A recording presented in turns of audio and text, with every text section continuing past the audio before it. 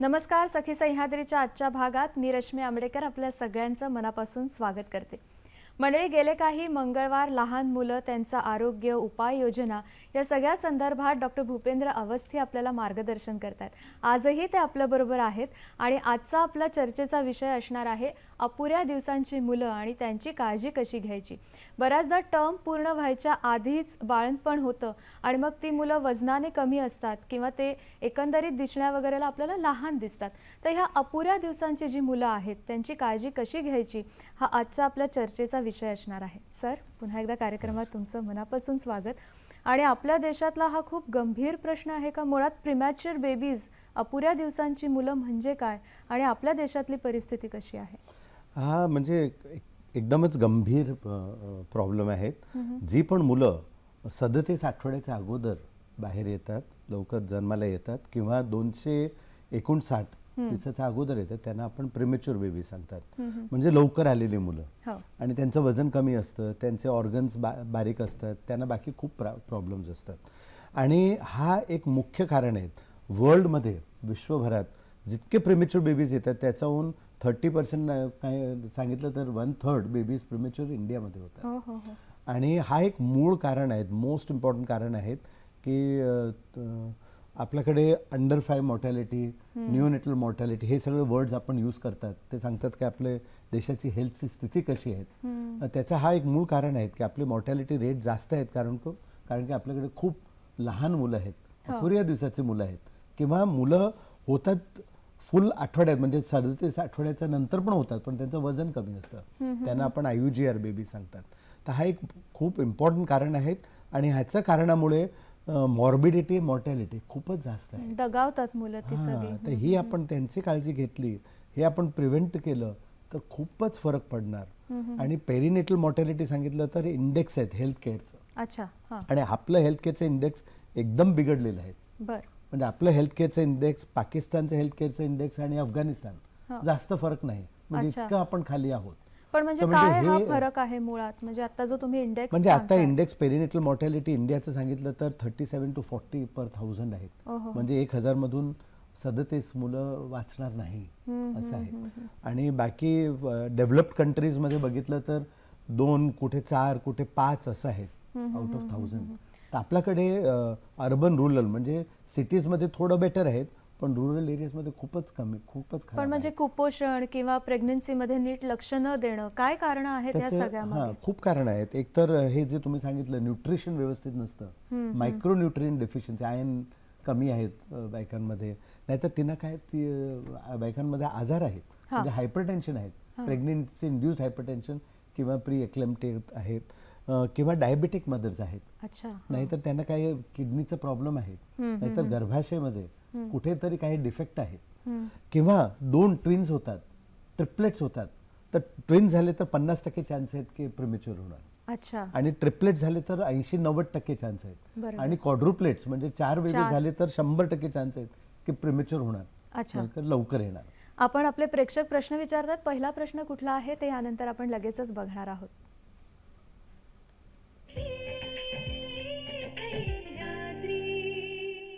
Doctor, मी Ashwini Amol Yewale. Doctor, premature बाळाची कारणे काय असतात आणि त्यांची काळजी कशी घ्यावी?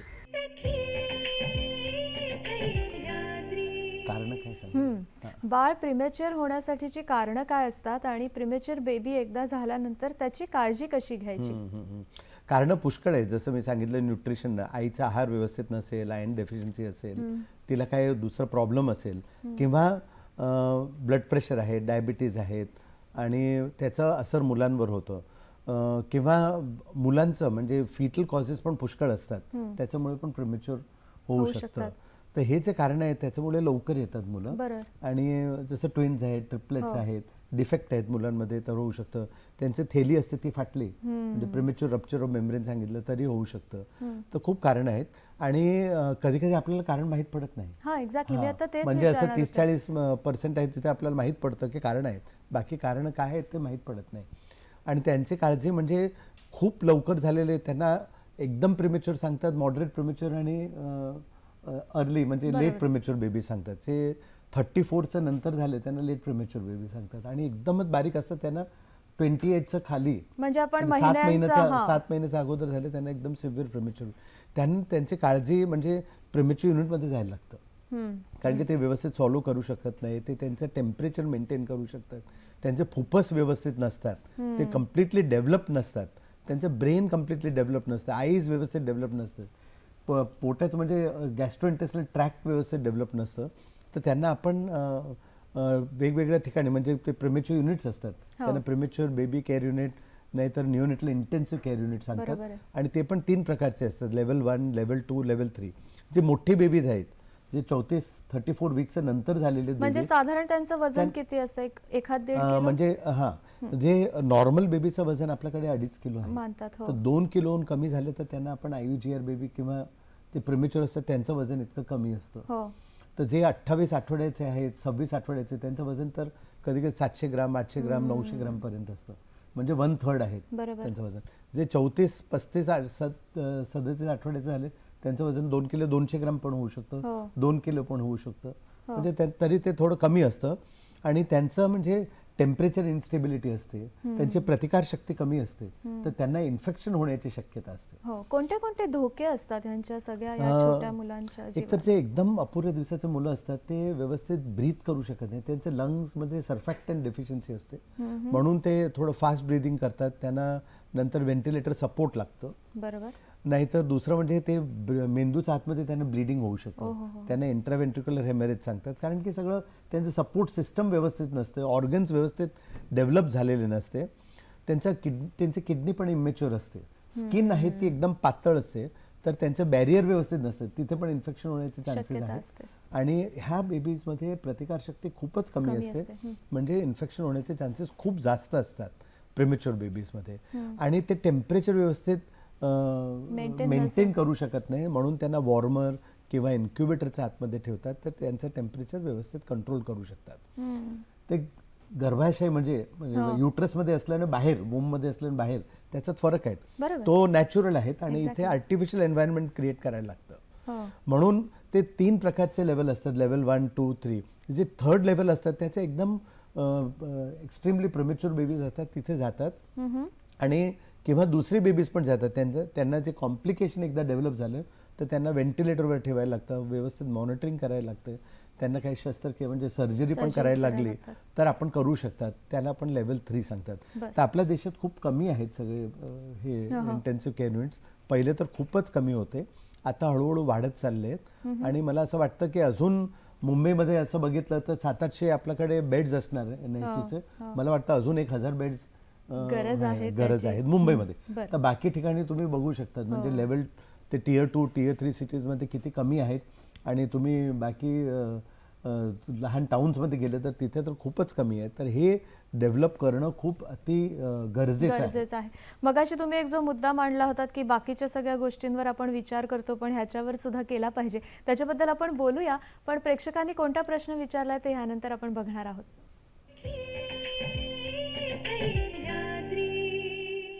नमस्कार, माझं नाव समीक्षा चव्हाण.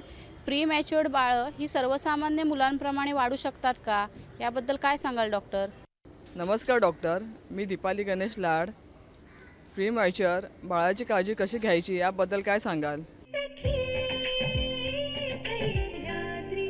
प्रीमॅच्युअर बाळांची काळजी कशी घ्यायची ह्याच्याबद्दलच आपण बोलतोय. पण बऱ्याचदा हा प्रश्न सगळ्यांना पडतो की समजा घरात एखाद्या प्रीमॅच्युअर बाळाचा जन्म झाला तर त्याची वाढ नंतर नॉर्मल मुलासारखी होऊ शकते का, हा घरातल्या सगळ्यांना पडलेला प्रश्न असतो. तर त्याच्याबद्दल तुम्ही आधी काय सांगाल? हे जे मुलं आहेत प्रिमेच्युअर ते थोडे बारीक असतात, त्यांचं वजन कमी असतो, ते NICUमध्ये असतात. NICUचं बाहेर पडलं तर डॉक्टर कधी बाहेर पाठवणार, जेव्हा ते टेम्परेचर मेंटेन करू शकतात, ते व्यवस्थित दूध पिऊ शकतात, त्यांचं वजन व्यवस्थित आहे. ते एकदा बाहेर आलं तरी ते थोडे वीक असतात, त्यांची प्रतिकारशक्ती थोडी कमी असते. आणि कारण की ते NICUमध्ये होते आणि कारण की ते अपुऱ्या दिवसाचे होते, त्यांचे ऑर्गन्स थोडे कधी कधी डिफेक्टिव्ह असतात. तर 1-2 महिने खूप काळजी घ्यावी लागते. नंतर बाय द टाइम ते 1 वर्षाचे झाले की ते नॉर्मल मुलांसारखे असतात. पण बाकी पण मुलांची आपल्याला काळजी घ्यावी लागते, असं काहीच नाही, नॉर्मल जसं आपण करतात. पण हे जे मुलं आहेत त्यांना काही डिफेक्ट राहिलं असेल तर एक तर काय त्यांचे डोळे आपल्याला चेक करायला लागतं. त्यांना एक प्रॉब्लेम असतो, त्यांना आपण रेटिनोपॅथी प्रिमॅच्युरिटी सांगतात. त्याची काळजी नाही घेतली तर ते ब्लाइंड सुद्धा होऊ शकतात. त्यांना हिअरिंग डिफेक्ट कधी कधी असतो. आणि दुसरं म्हणजे त्यांचं जे कधी कधी मतिमंद असतात, स्पास्टिक असतात. तर हे जे मुलं एकदा बाहेर आली तर त्यांचं रेग्युलर फॉलोअप करायला लागतं. ह्यांचं फॉलोअप बाकी मुलांचं पेक्षा जास्त करायला लागतं, रेग्युलरली करायला लागतं. त्यांना लस व्यवस्थित द्यावी. मी आता विचारणार होते की ह्या मुलांचं लसीकरण सुद्धा नेहमीच्या मुलांच्या रुटीन सारखंच होतं का त्यांचं थोडंसं वेगळं शेड्यूल आहे लसीकरणाचं? असं काय जे लाईव्ह वॅक्सिन्स आहेत ते आपण 2 किलो झाल्यानंतर देतात. अच्छा. तर युजली आपल्याकडे अशी पद्धत आहेत की आपण 2 किलो बेबी झाली एकदम प्रिमॅच्युअर युनिटचं बाहेर आली तर आपण लस चालू करतात किंवा डिस्चार्ज करण्याचं जस्ट अगोदर चालू करतात आणि नंतर बाकी मुलांसारखं करतात. म्हणजे असं नाही. आणि कधी असं कंडिशन आली की त्यांना ह्याचे चान्सेस जास्त आहेत त्या आजाराचे तर आपण लवकर सुद्धा करू शकतात. बरं. पण हे काय अपुऱ्या दिवसाचे मुलं असतात, हॉस्पिटलमध्ये असतात, त्यांना ब्लड प्रॉडक्ट्स देतात, त्यांना गामा ग्लोबुलिन बाकी इंजेक्शन देतात. तर ते इंजेक्शन देण्याच्या नंतर 1 महिन्यापर्यंत आपण लसीकरण करू शकत नाही. बरं बरं. म्हणजे वॅक्सिन्स देऊ शकत नाही. तर ती आपल्याला काळजी घ्यावी लागते. त्यांचं फॉलोअप व्यवस्थित करायला हवं. एकदा व्यवस्थित फॉलोअप केलं त्याचे एक मल्टी डिसिप्लिनरी टीम असते. फक्त न्यूरोनेटॉलॉजिस्ट आणि पीडियाट्रिशियन नाही, ऑक्युपेशनल थेरपिस्ट, न्यूरोलॉजिस्ट असतात, स्पीच थेरपिस्ट असतात, डोळ्यांचे डॉक्टर असतात. हे सगळं मिळून चेक करतात आणि माहीत करतात की ह्यांना हे सगळं होण्याची शक्यता आहेत. तर त्याचे सगळे टेस्ट करतात आणि रेग्युलरली असेस करत राहतात. एकदा माहीत पडलं की कुठे डिफेक्ट आहेत तर आपण लवकर त्याची काळजी घेऊ शकतात आणि ट्रीट करू शकतात. प्रेग्नन्सीमध्ये कोणते आजार असणाऱ्या सगळ्या स्त्रियांनी या गोष्टीची काळजी घेतली पाहिजे की कदाचित आपल्याला प्रिमॅच्युअर बाळ होण्याची शक्यता आहे?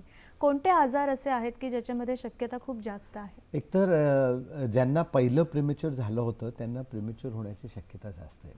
ओके. दुसरं मल्टिपल प्रेग्नन्सी म्हणजे ट्विन्स, ट्रिपलेट्स, क्वाड्रुप्लेट्स असं झालं तर ट्विन हे लवकर होण्याची शक्यता आहे. दुसरं आईचं वय कमी असलं, कधी कधी ॲडोलसंट म्हणजे 20 वर्षाची आई असली तर होण्याची शक्यता जास्त आहे. दुसरं तुम्ही स्पेसिंग कमी ठेवलं, आता एक मुलं आहेत, दुसरं मुलं 1 वर्षानंतर, तिसरं मुलं 3 वर्षानंतर, तर त्याच्यात पण होण्याची शक्यता आहे. चौथं आईला काही डेफिशियन्सी असली तरी होण्याची शक्यता आहे. आईला डायबिटीस आहेत, हायपरटेन्शन आहेत, किडनीचा प्रॉब्लेम आहेत, हार्टचा प्रॉब्लेम आहेत, कुठेही काही क्रॉनिक इलनेस आहेत किंवा आईला खूप ताप आला आहेत आणि युरिनमध्ये इन्फेक्शन झालेत, किडनीमध्ये इन्फेक्शन झालेत, तरी होण्याची शक्यता आहे. ओके. तर ह्या सगळ्या शक्यतांमध्ये बाळ प्रिमॅच्युअर होण्याची शक्यता जास्त असते. प्रश्न काय आहे ह्यानंतरचा आपण बघूया.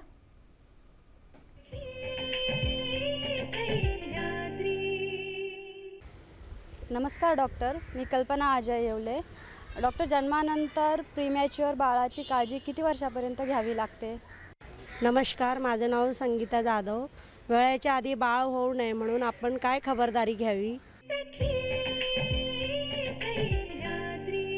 बऱ्याचदा या बाळांच्या बाबतीत थोडीशी एक भीती असते की आता हे बाळ डिस्चार्ज होऊन घरी आलं तरी सुद्धा घरी आल्यानंतर असा काही काळ असतो का की त्याची खूप एक्स्ट्रा खबरदारी आपल्याला घ्यावी लागते, काळजी घ्यावी लागते? मग जेव्हापर्यंत आपण 1-2 महिन्याचे झाले नाही तेव्हापर्यंत आपल्याला काळजी घ्यावी लागते. ह्या बेबींमध्ये पुष्कळ त्रास होऊ शकतात. पहिल्यापासून काही डिफेक्ट असेल तर ते डॉक्टर सांगणार की काय करायचं. आणि दुसरं म्हणजे कधी कधी ह्या बेबींना एपनी असतं, म्हणजे ते विसरून जातात ब्रीथ करायला. अच्छा. आणि ते एकदम डेंजरस होऊ शकतं. आणि सडन इन्फंट डेथ सिंड्रोम जे आपण सांगतात हे पण ह्या बेबीजमध्ये होण्याची शक्यता जास्त असते. तर ह्या बेबींची काळजी म्हणजे त्यांना इन्फेक्शन होऊ नये, त्यांचं टेम्परेचर व्यवस्थित ठेवावं, मेंटेन करायचं. 1-2 महिने आपल्याला करावं लागतं आणि नंतर काही डिफेक्ट आला तर आपल्याला त्यांची काळजी त्याप्रमाणे करावी लागते आणि डॉक्टरना रेग्युलरली दाखवावं. बरोबर, हे महत्वाचं आहे. दुसरं आपण कसं प्रिव्हेंट करणं, म्हणजे पहिल्यापासून हिस्ट्री आहे, ट्विन्स आहेत, ट्रिपलेट्स आहेत, आईमध्ये काही डेफिशियन्सी आहेत, आईचं हिमोग्लोबिन व्यवस्थित चेक करून घ्यावं, ते टीडॅप किंवा ते आपण टेटनस सांगतात ते व्यवस्थित द्यावं. आणि डायबिटीस आहेत तर त्याची काळजी आईने व्यवस्थित घ्यावी. रेग्युलर अँटीनेटल व्हिजिट केली, रेग्युलर अल्ट्रासाऊंड केलं तर माहीत पडतं की कुठे त्रास आहेत आणि त्याची आपण कशी काळजी घेऊ शकतात. आणि कधी कधी आपल्याला म्हणजे काय असतं, जास्त भीती असते आणि IVF बेबीज असतात तर ते कधी कधी आपण घाबरतात म्हणून सिझेरियन लवकर करतात. तर ते सिझेरियन आपण जितकं होऊ शकतं टाळावं. आणि असं वाटलं की व्यवस्थित नाही मूल मुलाचे आपण म्हणजे कॉम्प्रोमाइज करू शकत नाही, बरोबर. पण बेबी व्यवस्थित असेल आतमध्ये तर 37, 38, 39 वीक्स पर्यंत पण आपण थांबू शकतो. Okay okay. कारण की जितकं आपण थांबलं तितकं बरं पडणार असं मला वाटतं. आणि एकदा माहीत पडलं की आईला काही प्रॉब्लेम्स आहेत ते आपण रेग्युलरली चेक करत राहिलं. आणि दुसरं एक खूप इम्पॉर्टंट आहे की आपण अँटीनेटली माहीत पडलं की हे मूल प्रिमेच्युअर होणार, अपुऱ्या दिवसाचं मूल होणार, तर एक पर्टिक्युलर 26 आठवडे झाले किंवा 34 आठवड्यापर्यंत आपण आईला अँटीनेटल स्टिरॉइड्स देतात. 2 इंजेक्शन देतात 24 तासांनी. एक द्या दिलं नंतर एक 24 तासानंतर देतात, त्याला आपण बीटामिथासोन सांगतात. हे दिलं तर मुलांचे लंग्स व्यवस्थित डेव्हलप होणार. तर कधीही असं वाटलं तर हे आपण गावात पण देऊ शकतात, अच्छा. टाउन्समध्ये पण देऊ शकतात. एकदम इझी इंजेक्शन आहेत, जास्त महाग पण नाही आणि कोणीही देऊ शकतं. तर हे दिलं तर हे बेबी जे अपुऱ्या दिवसाचे होणार त्याचे लंग्स सॉलिड होणार. म्हणजे तुमचे रिस्क आहे ते 30 ते 40% पर्यंत कमी होऊ शकते. इंटरव्हेंट्रिक्युलर हेमरेज जे ब्लिडिंग सांगतात ते पण कमी होणार. तर म्हणजे इतकं फक्त इतकी काळजी घेतली.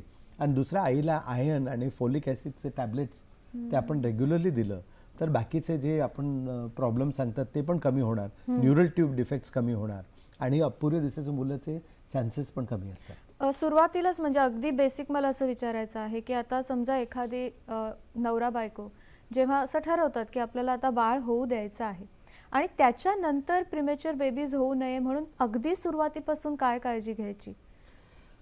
एकतर व्यवस्थित काळजी घ्यायची आहाराची, न्यूट्रिशन व्यवस्थित व्हायला हवं, रेग्युलर चेकअप करायला हवं, समजलं. आणि कुठेही असं प्रॉब्लेम वाटलं, कुठेही रेड फ्लॅग्स आहेत तर त्याची आपण व्यवस्थित काळजी घेतली. आणि कधी असं वाटलं की बॅक बस झाली आहेत किंवा आईला ताप आहेत तर लगेच डॉक्टरकडे जायचं. आणि जे मल्टीव्हिटॅमिन्स आहेत, कॅल्शियम आहेत, आयर्न आहेत, ते जे सप्लिमेंट्स डॉक्टर सांगतात ते व्यवस्थित घ्यायला हवं. आणि बाकी जे वॅक्सिन्स आहेत ती व्यवस्थित घेतली तर चान्सेस कमी आहेत. यामध्ये गैरसमज सुद्धा खूप आहेत. म्हणजे घरी बरीच समजा माणसं असतील, अनुभवी असतात घरातल्या काही स्त्रिया, आणि त्यांच्या तरुणपणामध्ये किंवा जी वयस्कर मंडळी आहेत घरातली तर त्यांच्या तरुणपणामध्ये हे प्रॉब्लेम्स खूप कमी त्यांना बघायला मिळायचे. आता ह्याचं प्रमाण थोडंसं वाढल्याचं आपल्याला जाणवतंय. तर त्यांच्या बाबतीत मग काही काही वेळेला खूप गैरसमज असतात की आमची नाही का बाळंतपणं झाली, आम्ही नाही का बाळंतपणं केली. हा जो एक थोडासा अप्रोच आहे याबद्दल, त्याच्याबद्दल काय सांगाल? तर पहिलं लोकांना म्हणजे 4 मुलं व्हायचे, 5 मुलं व्हायचे आणि मॉर्टॅलिटी जास्त होते. आणि पहिलं तुम्ही बघितलं तर मॉर्बिडिटी पण जास्त होती. कधी कधी मुलं मेंटली रिटार्डेड व्हायचे, स्पास्टिक व्हायचे. तर आता काय मुलं 1 की 2 आहेत तर ते खूप काळजी घेतात. सगळे मुलं प्रेशियस आहेत. बरोबर. तर त्यांना वाटतं की जितकी आपण काळजी घेऊ शकतात. आणि मला असं वाटतं त्यांना असेल तरी आपण व्यवस्थित एज्युकेट केलं, त्यांना व्यवस्थित समजून सांगितलं. कारण की एक अपुऱ्याचं दिवसाचं मूल झालं ते एक तर इकॉनॉमिक म्हणजे खूप खर्च होतं. बरोबर. दुसरं ते मतिमंद होण्याची शक्यता आहे, स्पास्टिक होण्याची शक्यता आहे, बाकी प्रॉब्लेम्स होण्याची शक्यता आहेत, इमोशनल ब्रेकडाऊनची शक्यता आहे. तर हे झालं आणि क्वचित ते मेंटली रिटार्डेड झाले किंवा स्पास्टिक झाले तर एंटायर फॅमिलीमध्ये त्रास होणार. खरी गोष्ट आहे. तर ते व्यवस्थित समजून सांगितलं आणि त्यांना एज्युकेट केलं तर त्यांना समजणार आणि आपण त्याची काळजी घेऊ शकतात. बरोबर आहे. त्यामुळे आपल्या आजूबाजूच्या सगळ्यांमध्ये ही जागरूकता निर्माण करणं ही खूप महत्त्वाची गोष्ट आहे. यानंतर प्रश्न कुठला आहे ते बघूया.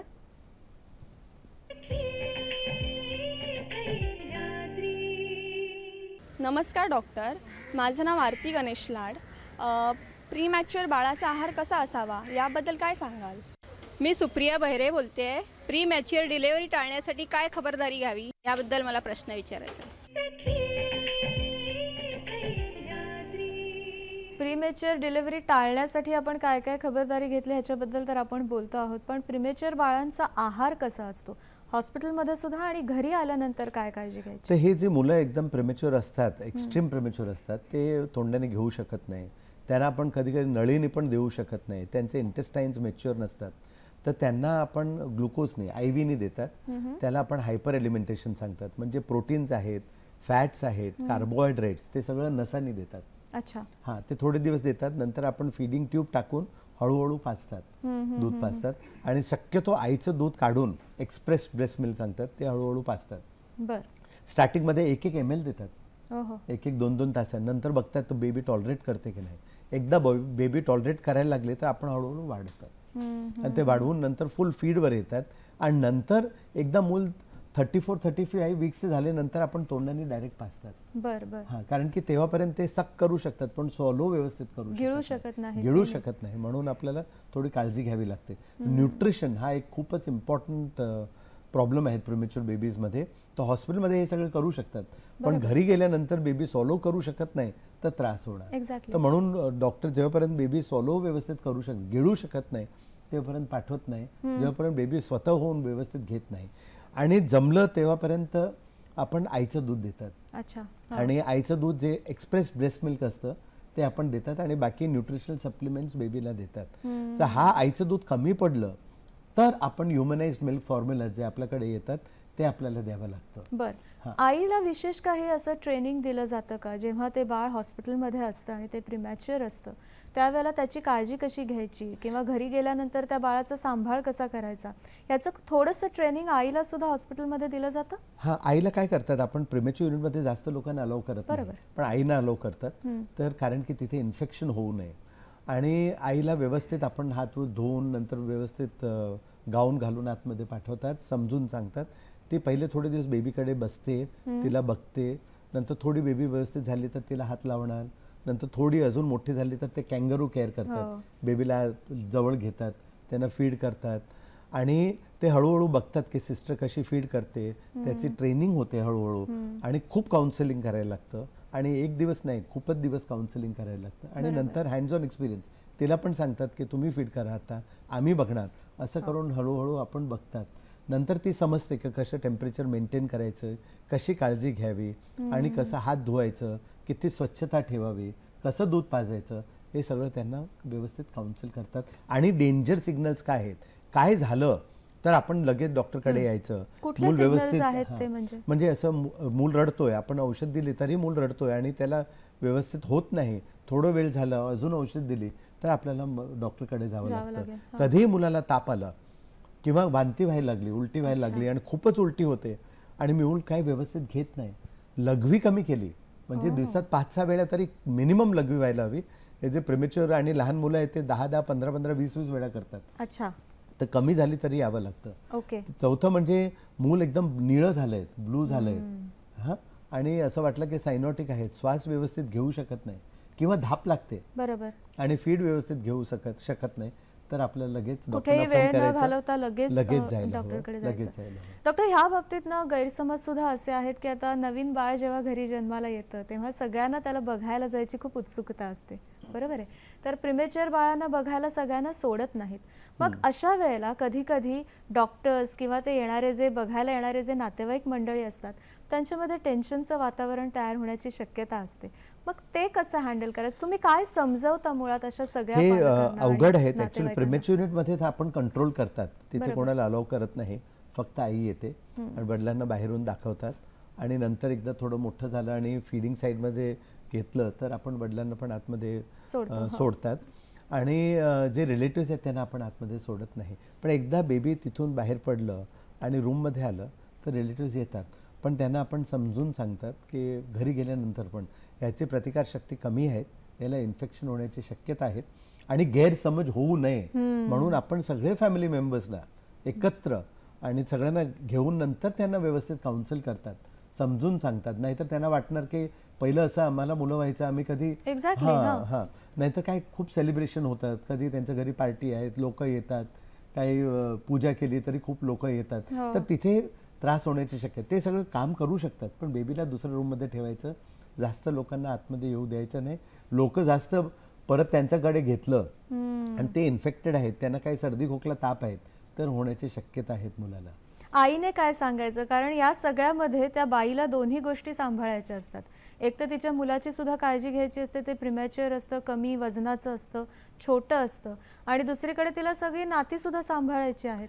अशा वेळेला तिने सगळ्या गोष्टी कशा छान पण सांभाळायच्या. हे खूपच अवघड आहेत आणि हे खूपच कॉमन प्रॉब्लेम आहेत. आईला एकदम बॅलन्सिंग ऍक्ट करायला बरोबर. लागते.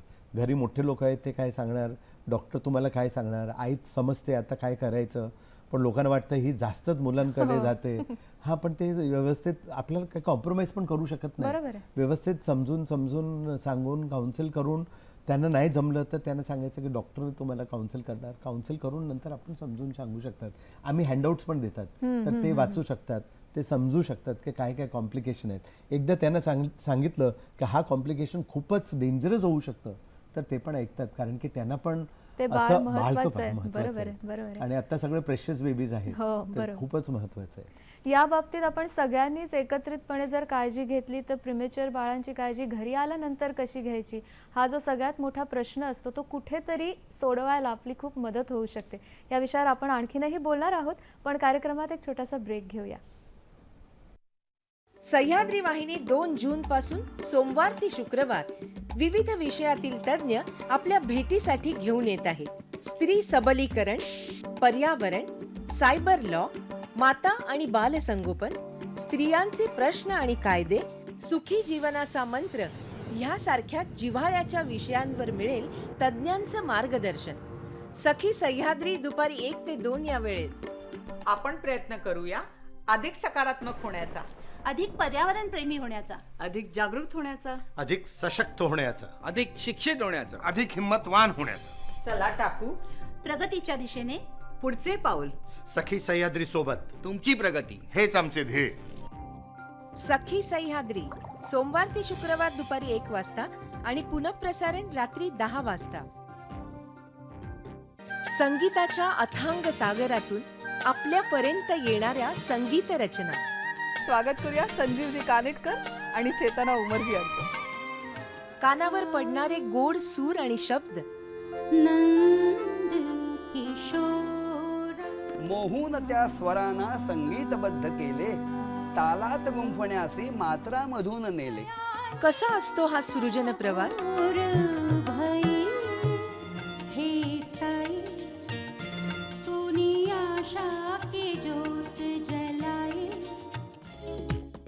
म्युझिक ट्रॅक दर शनिवारी सायंकाळी 7:30 आणि दर रविवारी दुपारी 2 वाजता. बेदरकार वृक्षतोड, बेधुंद शिकारी, बेलगाम विकास कामं, बिघडत चाललेली निसर्गाची लय आणि अशा अनेक पर्यावरणाच्या समस्यांचा वेध घेण्यासाठी मी येते. फक्त समस्याच नाही तर त्याच्या जोडीला विविध रंगी विविध ढंगी निसर्गाविष्कारांचा एक मनोभावन नजराणा सुद्धा घेऊन येते. मी शुभदा पटवर्धन तुमच्या भेटीला येते दर मंगळवारी दुपारी 1 वाजता सखी सह्याद्रीमध्ये. सखी सह्याद्री सोमवार ते शुक्रवार दुपारी 1 वाजता आणि पुनःप्रसारण रात्री 10 वाजता. ब्रेकनंतर आपल्या सगळ्यांचं पुन्हा एकदा मनापासून स्वागत. आज आपण बोलतो आहोत अपुऱ्या दिवसांची जी मुलं असतात, प्री टर्म प्रीमॅच्युअर बेबीज जी असतात, त्यांची काळजी कशी घ्यायची, आणि ते आपल्याला सांगतात बालरोगतज्ञ डॉक्टर भूपेंद्र अवस्थी. सर, आपल्या देशामध्ये एकंदरीतच बालमृत्यू ज्याला आपण म्हणतो त्याचं प्रमाण खूप जास्त आहे आणि त्यात सुद्धा ही प्रीमॅच्युअर बाळं आहेत, ती सुद्धा दगावण्याचा धोका, त्यांच्यासुद्धा मृत्यूचा धोका हा आपल्या देशामध्ये खूप मोठा आहे. तर हे टाळता कसं येऊ शकतं का? तशी सिच्युएशन नाही, काय सांगताय तुम्ही? म्हणजे आपल्याकडे असं आहेत की 11 ते 12%, कधी कधी 13-14% पण बेबीज प्रिमेच्युअर होतात. म्हणजे डिलिव्हरी 100 झाली तर त्याच्यामधून 11-12 अपुरे दिवसाचं मुलं किंवा त्यांचं वजन कमी आहेत असं होतात. आणि हा प्रॉब्लेम इतकं जास्त आहे की 3 लाख बेबीज आपल्याकडे दरवर्षी असंच प्रिमेच्युरिटीच्या कारणामुळे वाढतात आणि ते जगू शकत नाही. तर त्याचं खूप कारणं आहेत. एक तर आपल्याकडे qualified staff, qualified doctors, hospitals व्यवस्थित. आता कोणतेही मोठे मल्टी स्पेशालिटी हॉस्पिटल बघितलं तर त्याच्यामध्ये प्रिमेच्युअर युनिट जे आहे ते 4 बेडचं असतं, 5 बेडचं असतं, 6 बेडचं असतं. हॉस्पिटल आहेत 500 बेडचं. तर आपल्याकडे इतके बेड्स नाही. हे तर प्रायव्हेट हॉस्पिटल आहेत. म्युनिसिपल हॉस्पिटल आहेत, गव्हर्नमेंट हॉस्पिटल आहेत, त्याचं पण ते पण आहेत, पण ते इतके सफिशियंट नाही. आणि ते बघितलं तुमचं मुंबईमध्ये आहे, तर तुम्ही बाकी ठिकाणी गेलं तर इतके नाही.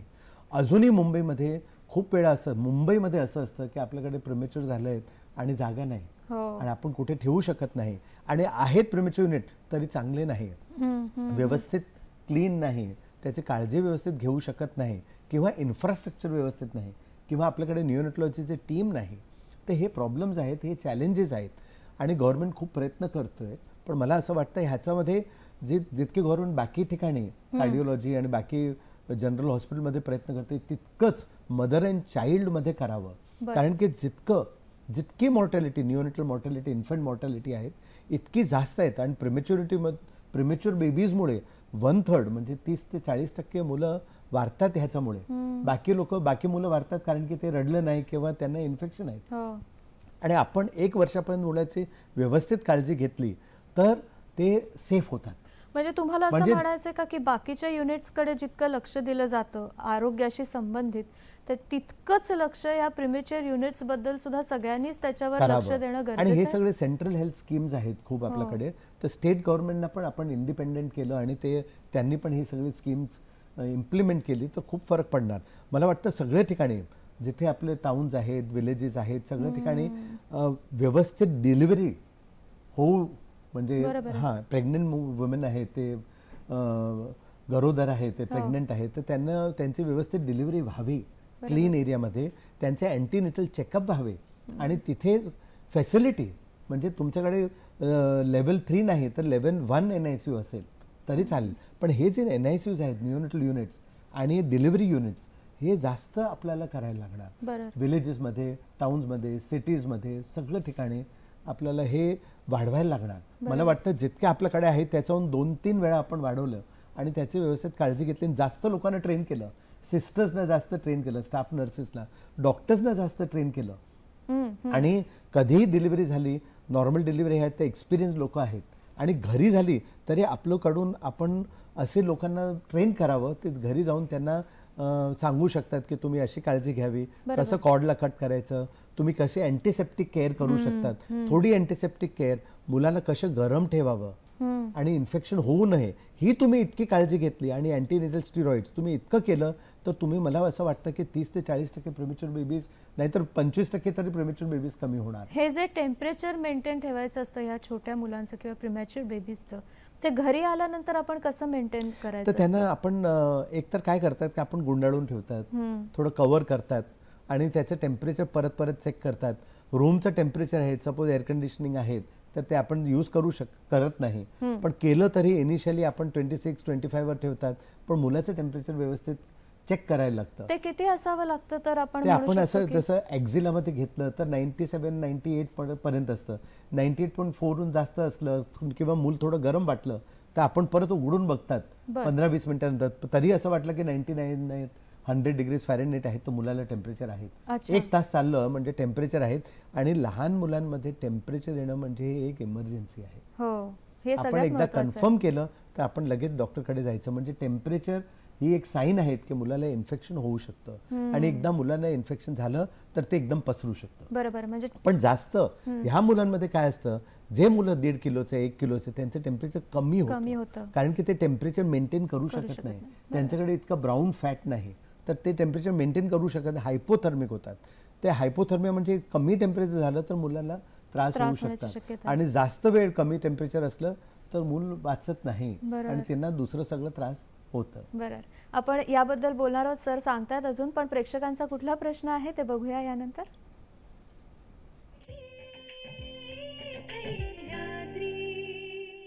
माझं नाव तन्वी मोरे आहे, सायन प्रतीक्षानगर इथून बोलते.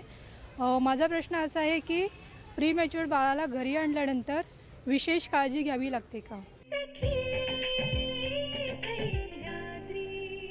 खरं तर आपण मगाचपासून ह्याच्यावर बोलतोय की ह्या प्रिमॅच्युअर बाळांना घरी आणल्यानंतर विशेष काळजी घ्यावी लागते का. मला जोडून त्याला एक असा प्रश्न विचारायचा आहे की मालिश करणं, धुरी देणं, डोळ्यांमध्ये काजळ घालणं, हे सगळे प्रकार आता इन जनरल नॉर्मल मुलांच्या बाबतीत सुद्धा काही वेळेला डॉक्टर सांगतात की हे फार करू नका, धुरी वगैरे देणं आहे, डोळ्यात काजळ घालणं वगैरे आहे. पण आपल्याकडे जी पूर्वापार चालत आलेली परंपरा आहे की मालिश केल्यानंतर त्याची हाडं बळकट होतात, धुरी दिल्यानंतर त्याची फुफ्फुसं मोकळी होतात, हे जे सगळे जे काही विचार आहेत ते कसे थोपवायचे? ते नक्कीच प्रिमॅच्युअर बाळांना त्याचं पूर्णतः वर्ज्य आहे, ते नाही करायचं. ते हे ट्रेडिशनल बिलीफ आहेत. पण ह्याच्यामध्ये असं जे नॉर्मल मूल आहेत त्याला आपण मालिश केलं त्याचा प्रॉब्लेम नाही, पण करू शकतात, पण व्यवस्थित करावी. तो ओव्हर झेलस अटेम्प्ट असतं, जास्त जोरात करतात, कधी कधी दूध पिळून काढतात आणि नंतर ॲब्सेस होते, इन्फेक्शन होतं, ते होण्याची शक्यता असते. आणि जे लोक मालिश करतात आईने केलं तर खूपच बरं आहे, घरात कोणी केलं फॅमिली मेंबरने, बाहेरून कोणी आलं तर हे बघावं लागतं की त्याने हात व्यवस्थित धुतलेत की नाही, त्यांचं नखं कापलेली आहेत की नाही, त्यांचं हायजीन कसं आहे, त्यांचे कपडे काय आहेत, इन्फेक्टेड आहेत, ती काळजी घ्यावी लागते आपल्याला. आपण करू शकतात. पण प्रेमेच्युअर बेबीज जे असतात, जे लहान असतात, जेव्हापर्यंत मूल 3 किलोचं होत नाही तेव्हापर्यंत आम्ही सांगत नाही मालिश करण्याचं. कधी कधी काय असतं, नाही सांगितलं तरी ते करतात. तर आपण सांगतात ॲटलिस्ट 3 किलोपर्यंत करू नका, आणि केलं तर कसं करायचं ते आपण सांगतात. आणि दुसरं म्हणजे जे काजळ टाकतात हे आम्ही अवॉइड करायला सांगतात, धुरी देतात ते सगळं अवॉइड, तर असं जन्मगुट्टी देतात त्यांना पण ते अवॉइड, आणि बाकी लोक सोमवार चौत्री काय काय मिक्स करून देतात. जेव्हापर्यंत होऊ शकतं फक्त आईचं दूध दिलं तर आपण इन्फेक्शन अवॉइड करू शकतात, मुलाची काळजी, बेबीची काळजी व्यवस्थित घेऊ शकतात.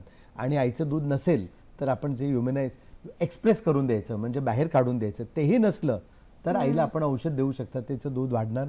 आणि काही नसेल तर आपण व्यवस्थित ह्युमनाइज मिल्क फॉर्म्युला देतात. आणि ह्या मुलांना पहिलं 6 महिने फक्त आईचं दूध दिलं तर दुसरं काही देण्याची गरज नाही, पाणी देण्याची सुद्धा गरज नाही. हो, हे तर खूपच काही देण्याची कशाला देत नाही, कारण की गरज नाही. आणि दुसरं म्हणजे काय आहे की काही दिलं दुसरं तुम्ही बाहेरचं, त्याच्यात इन्फेक्शन होण्याची शक्यता आहे. पाणी दिलं तर व्यवस्थित उकळून थंड करून नंतर व्यवस्थित ड्रॉपरनी किंवा चमचेनी किंवा ते बोनलांनी आपण द्यावं, आणि ते व्यवस्थित द्यावं, ते गरजेचं आहे. आणि ते थोडं अवघड आहेत म्हणून आपण सांगतात की काही देऊ नका. पण त्याचबरोबर आपण हे बघायला हवं की आईला दूध येतं की नाही. कमी आलं असेल तर त्याचा इलाज करावं, आणि तरी कमी असेल तर आपण वरचं दूध देऊ शकतात. पण गायचं, म्हैशीचं दूध देऊ शकत नाही. जेव्हापर्यंत मूल 1 वर्षाचं होत नाही तेव्हापर्यंत फक्त आईचं दूध द्यावं, किंवा 6 महिन्यानंतर आपण वीन ऑफ करतात. आईचं दूध नसेल तर ह्युमनाइज मिल्क फॉर्म्युलाज आपण बेबीजला देतात, कारण की त्यांची किडनी इमेच्युअर असते, बाकी ऑर्गन्स इमेच्युअर असतात. प्रोटीनचं प्रमाण आपल्याला, आपण कसं दूध द्यावं जे आईचं दूध सारखं आहे, बरोबर, तर तसं ह्युमनाइज मिल्क फॉर्म्युलाज द्यावं. म्हणजे हे समजा जर आता या केसमध्ये आईचं दूध नाही, म्हणजे मला असं विचारायचं की जर समजा आई आजारी असेल, म्हणजे सारखी आजारी पडत असेल आणि तिचं बाळ अगदी तान्ह असेल, प्रिमॅच्युअर असेल, तर त्यावेळेला काय करायचं? सारखं तिला इन्फेक्शन आहे, ताप आहे, आईलाच सारखी सर्दी खोकला, आणि ती तर बाळाच्या सगळ्यात जवळ असते, मग अशा वेळेला काय करायचं? हा, पण काय असतं की जेव्हा ताप आहे तेव्हा आपण थोडी काळजी घेतात, पण ॲब्सोल्यूट कॉन्ट्राइंडिकेशन खूप कमी आहेत की आईचं दूध नाही द्यायचं. पण आईला दूध येत नसेल कारण की आईला ताप आहे, आईला खूप त्रास आहेत, कधी कधी आपण काय करतात, आईचं दूध काढून आपण फ्रीजमध्ये स्टोअर करू शकतात. ओके, तर आपण एक्सप्रेस मिल्क आहेत ते 24 तासपर्यंत फ्रीजच्या आतमध्ये स्टोअर करू शकतात. आणि जे फ्रीझरमध्ये आहेत ते तर आपण 1-2 महिने पण ठेवू शकतात, म्हणजे ते फ्रीज करून ठेवू शकतात. पण थोडं अवघड आहेत पण करू शकतात. तर जेव्हा नसेल तेव्हा आपल्याला ते ह्युमनाइज मिल्क फॉर्म्युला द्यावी लागते, कारण की आपण मुलाला उपाशी ठेवू शकत नाही, कारण की ह्यांचं शुगरचं प्रमाण पण कमी होऊ शकतं. आणि जास्त करून मुलं आपण बघतात जे मतिमंद आहेत, खूप मुलं प्रिमॅच्युरिटीच्या कारणामुळे असतात, किंवा त्यांचं शुगरचं प्रमाण कमी होतं. आणि शुगर कमी होऊन जे एकदा आकडी आली तर त्याच्यामध्ये 50% चान्स आहेत की 60% चान्स आहेत की हे मुलं स्पास्टिक होणार किंवा मतिमंद होणार. तर त्याची काळजी घ्यावी लागते. तर म्हणून जेव्हा डॉक्टर सांगतात की तुम्ही बघा व्यवस्थित फीड घेतो की नाही, आणि रेग्युलरली आपण फीड करावं, आणि जास्त टेन्शन घेतलं आईने तरी तिचं दुधाचं प्रमाण कमी होण्याची शक्यता असते. बऱ्याच गोष्टी आहेत, काही गोष्टी अशा आहेत की ज्याचा आपल्या लक्षात सुद्धा येत नाही, पण त्याने त्या बाळाच्या तब्येतीवर खूप मोठा परिणाम होऊ शकतो.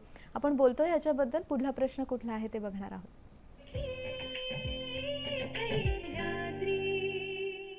माझं नाव रजनी, मी सायन येथून बोलते. डॉक्टर, पहिले जर मूल प्रीमॅच्युअर झाले तर दुसरे पण तसेच होण्याची शक्यता असते का? नमस्कार डॉक्टर, माझं नाव गायत्री गजानन पै. मला प्रीमॅच्युअर बेबीबद्दल विचारायचं होतं.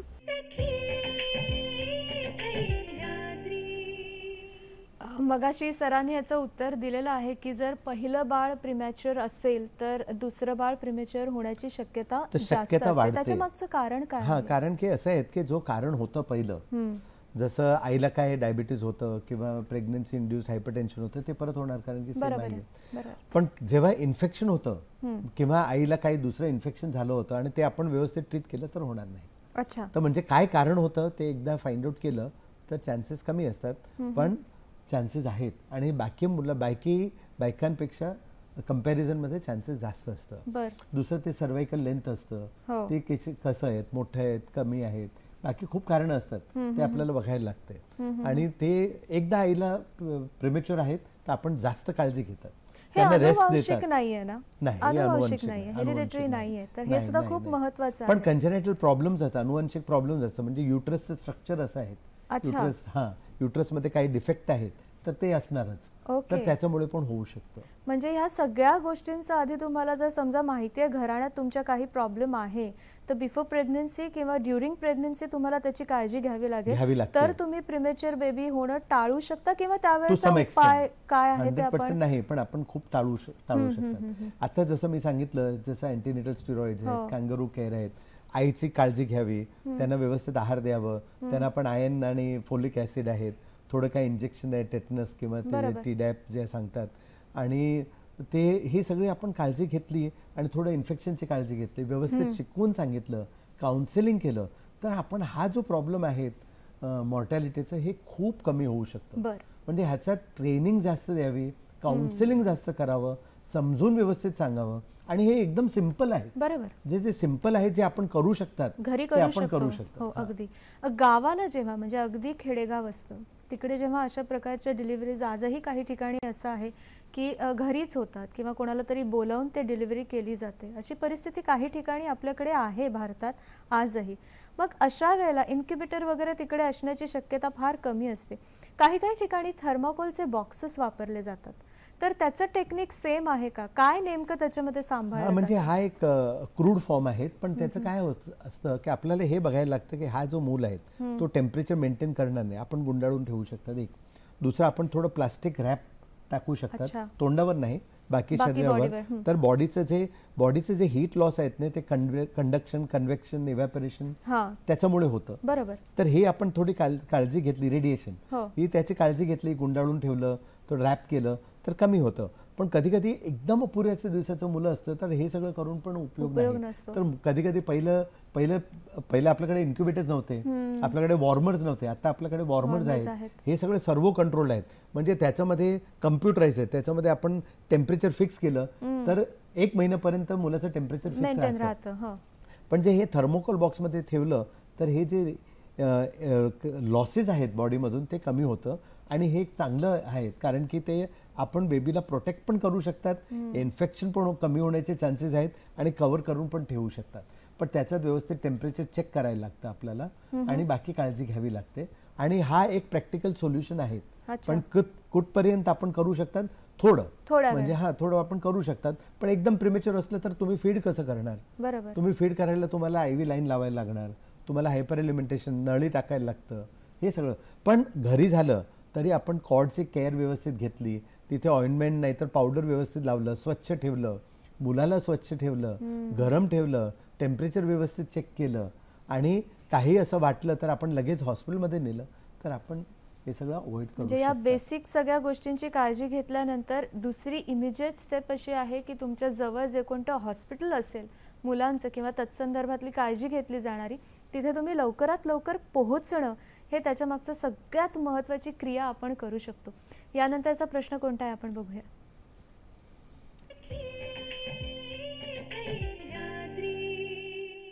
माझं नाव मेघा वालावलकर. डॉक्टर, काचपेटीमध्ये बाळाला कोणत्या परिस्थितीत ठेवले जाते आणि त्यांची काळजी कशी घेतली जाते?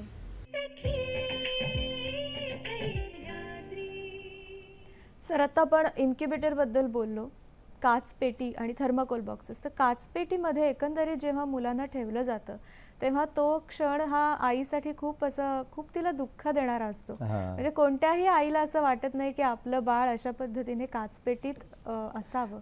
पहिलं काय होतं की आता खूप वर्षापूर्वी फक्त काचपेटी होती. बरोबर. आणि कोणत्याही नर्सिंग होममध्ये नाहीतर किंवा हॉस्पिटलमध्ये गेलं तर काचाची पेटी होती, त्याच्यात मुलाला ठेवायचं, टेम्परेचर मॉनिटर करायचं, पण त्याच्यात इन्फेक्शन होण्याचे चान्सेस जास्त होते. ह्युमिडिटी कंट्रोल होत नव्हती, आणि कधी कधी स्वच्छ ठेवत नव्हते, तर काच पेटीमध्ये गेले तर त्यांना त्रास जास्त व्हायचे कधी. तर आपल्याकडे आता रेडियंट वॉर्मर्स आहेत, ते वॉर्मर्स आहेत ते उघडं असतात, म्हणजे आपण लांबून पण बघू शकतात मूल व्यवस्थित आहेत की नाही.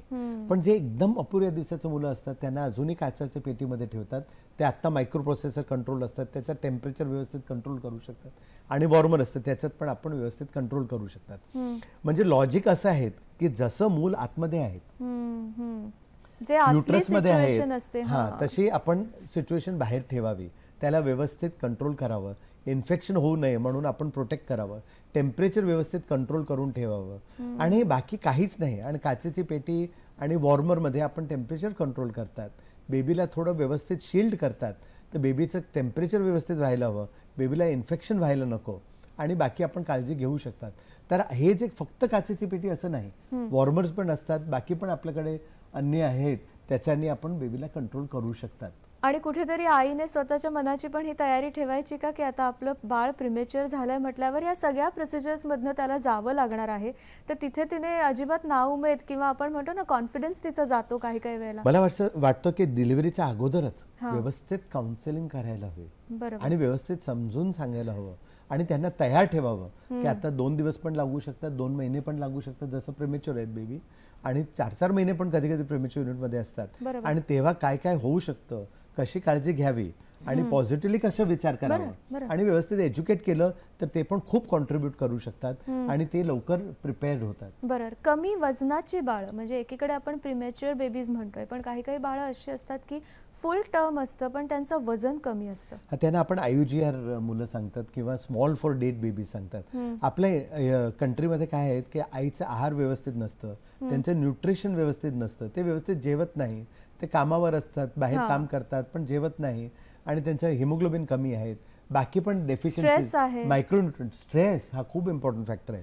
आणि आईला खूप दिवसापासून आजार असेल, जसं हायपरटेन्शन आहे, जसं मी सांगितलं, किंवा दुसरं काही आजार असेल, तर ही बेबी आहेत ती कधी कधी प्रिमेच्युअर पण होते आणि ते प्रिमेच्युअर होऊन सुद्धा स्मॉल फॉर डेट, म्हणजे त्या मॅच्युरिटीमध्ये त्याचं जितकं वजन व्हायला हवं ते पण त्याच्याहून पण कमी कमी असतं. असतं. अच्छा. आणि कधी कधी मुलं 37 आठवड्यानंतर होतात, 38 वीक्समध्ये होतात, 39, 40मध्ये होतात, पण त्यांचं वजन 1.5 किलो असतं, 2 किलो असतं, ते पण खूप म्हणजे त्यांना पण खूप धोका असतात, त्यांना पण इन्फेक्शन होण्याचे चान्सेस आहेत, शुगर कमी होण्याचे चान्सेस आहेत, टेम्परेचर कमी होण्याचे चान्सेस आहेत, बाकी कॉम्प्लिकेशन होण्याचे चान्सेस आहेत.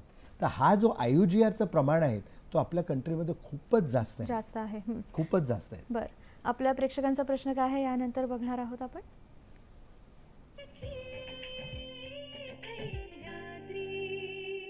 माझं नाव रसिका सचिन जाधव आहे. मी 6 महिन्यांची प्रेग्नेंट आहे. तर डॉक्टर प्रीमॅच्युअर बेबी होऊ नये म्हणून कोणती काळजी घ्यावी? मी रजनी रमेश कुबल. डॉक्टर, उशिरा लग्न होणं हे प्रीमॅच्युअर बेबी होण्याचं कारण असू शकते काय? डॉक्टर काय सांगाल याविषयी?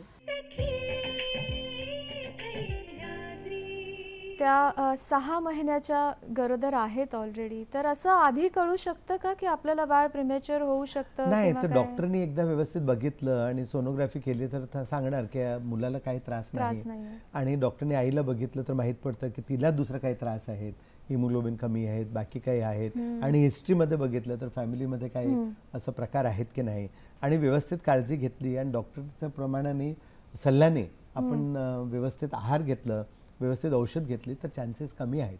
पण कधीही असं वाटलं तर लगेच डॉक्टरकडे गेलं आणि त्यांनी सांगितलं ते टोकोलायसिस म्हणजे औषधं देतात किंवा सांगतात की आता रेस्ट करायला हवी, कारण की ते बॅग बर्थ झाली तर अँटीबायोटिक्स देतात, व्यवस्थित काळजी घेतात तर होण्याची शक्यता कमी असते. दुसरा प्रश्न आपल्याला असा होता की तुम्ही मगाशी म्हणालात की जर खूप लवकर आई झाली 20व्या वर्षी वगैरे तर प्रिमॅच्युअर व्हायची शक्यता जास्त असते, पण हल्लीचा काळ असा आहे की लग्नच मुळे 30व्या वर्षी होतं आणि पहिलं बाळ होण्यासाठी 32, 33, 34 इथपर्यंत वय येतं. खरं तर तो काळ आपण म्हणतो की थोडासा डेंजरस आहे. मला असं वाटतं जितकं एकदम लवकर झालं किंवा एकदम लेट झालं तरी त्रास आहेत. दुसरं स्पेसिंग व्यवस्थित नाही केलं तरी त्रास आहेत. चौथं म्हणजे घरात कंडिशन अशी आहेत की पॉवर्टी आहेत आणि काळजी व्यवस्थित घेऊ शकत नाही, औषध व्यवस्थित देऊ शकत नाही, आणि बाजूमध्ये हॉस्पिटल नाही, कोणी काउन्सिल करत नाही. आपण कुठेही गेलो, गव्हर्नमेंट हॉस्पिटलमध्ये गेलो की म्युन्सिपल हॉस्पिटल की प्रायव्हेट हॉस्पिटलमध्ये, डॉक्टर्स क्वालिफाईड आहेत, सगळं आपल्याला व्यवस्थित सांगतात. एकदा आपण थोडं बारीक समजून घेतलं तर आपल्याकडे जास्त पैसे नसेल तरी आपण व्यवस्थित काळजी घेऊ शकतात आणि त्रास होत नाही. पण हे इम्पॉर्टंट आहेत की वय कमी आहेत की वय जास्त आहेत, एक्स्ट्रीम्स आहेत किंवा स्पेसिंग कमी आहेत, किंवा काही इन्फेक्शन आहे तर प्रेमेच्युअर होण्याचे चान्सेस आहेत. बेड रेस्ट हा खूप महत्त्वाचा भाग असतो. काही काही स्त्रियांना प्रेग्नन्सीमध्ये अगदी पहिल्या महिन्यापासून किंवा अगदी तिसऱ्या महिन्यापासून अप टू द डिलिव्हरी त्यांना बेड रेस्ट सांगितलेली असते, पण ती तितक्या आपण म्हणतो ना नेटाने सांभाळली जात नाही. मग अशा केसेसमध्ये लवकर डिलिव्हरी होण्याची शक्यता असते. मुळात एवढी बेड रेस्ट का सांगितली जाते? कारण की एकदम हाय रिस्क असतं. असं वाटतं की कुठेतरी प्रॉब्लेम आहेत आणि आईने थोडी काळजी घेतली नाही तर प्रेमेच्युअर होणार, किंवा 3-4 वेळा प्रेमेच्युअर झालंय, किंवा 3-4 मुलं वारली आहेत. अबॉर्शनमुळे सुद्धा होऊ शकतं. हा, म्हणजे खूप कारण आहेत. ते खूप असं झाले असं वाटलं आणि आईची तब्येत बरी नाही, नाहीतर म्हणजे असं नाही की पहिल्या दिवसापासून लास्ट असं जास्त करून होत नाही, पण कधी कधी असं वाटतं की प्री एक्लेम्प्टिक आहेत किंवा ब्लड प्रेशर जास्त आहेत, युरिनमध्ये प्रोटीन जातोय, आईची तब्येत बरोबर नाही, आईला इन्फेक्शन आहे, तेव्हा बेड रेस्ट सांगतात. आणि तेव्हा कधी कधी हॉस्पिटलमध्ये पण थोडे दिवस राहायला लागतं, कधी कधी 1-2 महिने पण राहायला लागतं. कारण की हे घेतलं तर चान्सेस कमी असतात आणि आपण व्यवस्थित ऑब्झर्व करू शकतात, व्यवस्थित मॉनिटर करू शकतात. बरोबर. आपल्याकडे आता खूप कमी वेळ आहे डॉक्टर, पण जाता जाता एकंदरीत ह्या अपुऱ्या दिवसांची मुलं किंवा ही अशा प्रकारची डिलिव्हरी होऊ नये, अपुऱ्या दिवसांची मुलं होऊ नयेत यासाठी पुन्हा एकदा अगदी थोडक्यात काय सांगाल? त्याची कारणं, त्याचे समज, गैरसमज या सगळ्याच बाबतीत काय सांगाल? मला असं वाटतं की व्यवस्थित एकदा समजून घेतलं डॉक्टरकडून आईचं, म्हणजे just before delivery, at the time of delivery आणि आफ्टर डिलिव्हरी, हा जो पार्ट आहे त्याला आपण पेरिनेटल एज सांगतात, हा खूप महत्त्वाचा आहे. तेव्हा आपण काळजी घेतली तर प्रिमॅच्युरिटीचे चान्सेस कमी आहेत, आईची तब्येत चांगली ठेवण्याचे चान्सेस जास्त आहेत आणि बेबी वाचवण्याचे चान्सेस खूप जास्त आहेत. तर हा जो प्रकार आहेत तेव्हापर्यंत आपल्याला क्वालिफाईड डॉक्टर भेटले, हॉस्पिटल भेटली किंवा नर्सिंग होम आहेत किंवा गव्हर्नमेंट हॉस्पिटल आहेत, व्यवस्थित वेळेवर घेतले आणि व्यवस्थित त्याची काळजी घेतली, मॉनिटर घेतलं तर हे आपण सगळं अवॉइड करू शकणार. हा जो प्रकार आहे त्याला आपण एकदम स्ट्रॉंग ठेवलं, पेरिनेटल, जस्ट जन्माच्या अगोदर, जन्माच्या वेळी पण डॉक्टरला उभं करून ठेवलं, ज्याला एक्सपिरियन्स आहे, जो समजू शकतो, आणि मी जन्माच्या नंतर पण त्याची व्यवस्थित काळजी घेतली आणि तिथे प्रिमॅच्युअर युनिट नाही, कुठेही ट्रान्सपोर्ट केलं तर व्यवस्थित ट्रान्सपोर्ट घेतलं. तुम्ही एक चांगल्या ॲम्ब्युलन्समध्ये ज्याच्यात ही सगळी सोय आहे, ते आपल्याकडे खूपच लॅकिंग आहेत. हे सगळे आपण काळजी घेतली तर आपण खूपच ह्याच्यात म्हणजे तितकं, म्हणजे तुम्ही 20व्या वर्षी काही काळजी घेतली तर इतकं परिणाम मिळणार नाही तितकं परिणाम इथे मिळणार. बरं. आणि घरच्यांसाठी म्हणजे ही झाली त्या आईने घ्यायची काळजी किंवा त्या डिलिव्हरीच्या वेळेला त्यांचं न्यूट्रिशन व्यवस्थित करावं, डॉक्टरची व्यवस्थित म्हणजे फॉलोअप व्यवस्थित करावं, एकदा डिलिव्हरी झाल्यानंतर प्रिमॅच्युअर युनिटमध्ये जाऊन व्यवस्थित सगळं समजून घ्यावं आणि घरी गेल्यानंतर डॉक्टर तुम्हाला डेंजर सिग्नल सांगणार, ते व्यवस्थित तुम्ही काळजी घ्यावी. थोडे दिवस 1 महिन्यापर्यंत तर खूपच काळजी घ्यावी. जेव्हापर्यंत मुलाचं वजन 3 किलो, 2.5 किलो होत नाही, व्यवस्थित दूध पित नाही, सगळी काळजी घ्यावी आणि त्याच्यानंतर रेग्युलर फॉलोअप करावं. कुठेही, कोणत्याही हॉस्पिटलमध्ये कुठेही गेलं तर रेग्युलर फॉलोअप करावं. सगळं व्यवस्थित समजून घेतलं तर त्रास कमी. आणि गैरसमज करून घेऊ नयेत. आपलं बाळ प्रिमॅच्युअर आहे त्याच्यामुळे त्याला इन्फेक्शन होणार आणि म्हणून डॉक्टर सांगत असतात की कुणीही त्याला फार भेटायला येऊ नका, त्याला सारखं हाताळू नका. यावेळेला नातेवाईकांचं हे खूप कर्तव्य आहे ना की कोणत्याही प्रकारचा गैरसमज करून घ्यायचा नाही, तर ते बाळ लवकर मोठं होऊ म्हणून शकतं. व्यवस्थित काउन्सिल करून घेतलं, व्यवस्थित त्यांनी समजून घेतलं आणि व्यवस्थित आपल्याला पण त्यांचे ते बिलीफ आहेत, ते बिलीफ चेंज करणं थोडं अवघड आहेत पण करू शकतात. बरोबर. आपण डिसाईड केलं, व्यवस्थित समजून सांगितलं तर करू शकतात. आणि प्रत्येक आईने किंवा जी आता प्रेग्नंट असतील किंवा ज्यांना अशी शक्यता सांगितली गेली असेल की कदाचित तुमची प्रिमॅच्युअर डिलिव्हरी होईल, तर तिने जर पूर्ण तयारी, सकारात्मक दृष्टीने जर तयारी ठेवली तर ती सुद्धा या सगळ्यातनं खूप चांगल्या पद्धतीने पुढे जाऊ शकेल. आणि एका गोष्टीची खात्री तर डॉक्टरांनी सांगितले, जर बाकी कोणताही त्रास नसेल किंवा त्या बाळाला जर बेसिक काही त्रास नसेल आणि ते जर नॉर्मल असेल तर ते इतर नॉर्मल मुलांप्रमाणेच त्याचं वजन वाढलं व्यवस्थित की ते इतर नॉर्मल मुलांप्रमाणेच अगदी छान राहू आणि शकतं. व्यवस्थित काळजी घेतली तर हे जे प्रिमॅच्युअर बेबी आहेत 2.5-3 किलो झाली तर बाकी नॉर्मल मुलांसारखी असणार, त्याच्यात काही त्रास नाही. बरोबर आहे. तर सर, तुम्ही इतक्या वेगवेगळ्या विषयांवर खरं तर गेले काही मंगळवार छान माहिती देताय आम्हाला आणि हा तर आपल्या देशातला खूप महत्त्वाचा प्रश्न आहे. त्याच्यावर तुम्ही खूप सविस्तर आणि छान माहिती दिलीत, त्याबद्दल सगळ्यांच्या वतीने तुमचे आभार मानते. आणि आपल्या प्रेक्षकांचे सुद्धा आभार मानायचे की त्यांनी इतक्या वेगवेगळ्या विषयांवर, जे विषय आपण हाताळले त्या सगळ्या विषयांवर खूप छान प्रश्न तुम्ही विचारलेत, तर तुमचे सुद्धा मनापासून आभार. पुढल्या कार्यक्रमात नव्या विषयासह आपण भेटणार आहोतच. तोपर्यंत नमस्कार.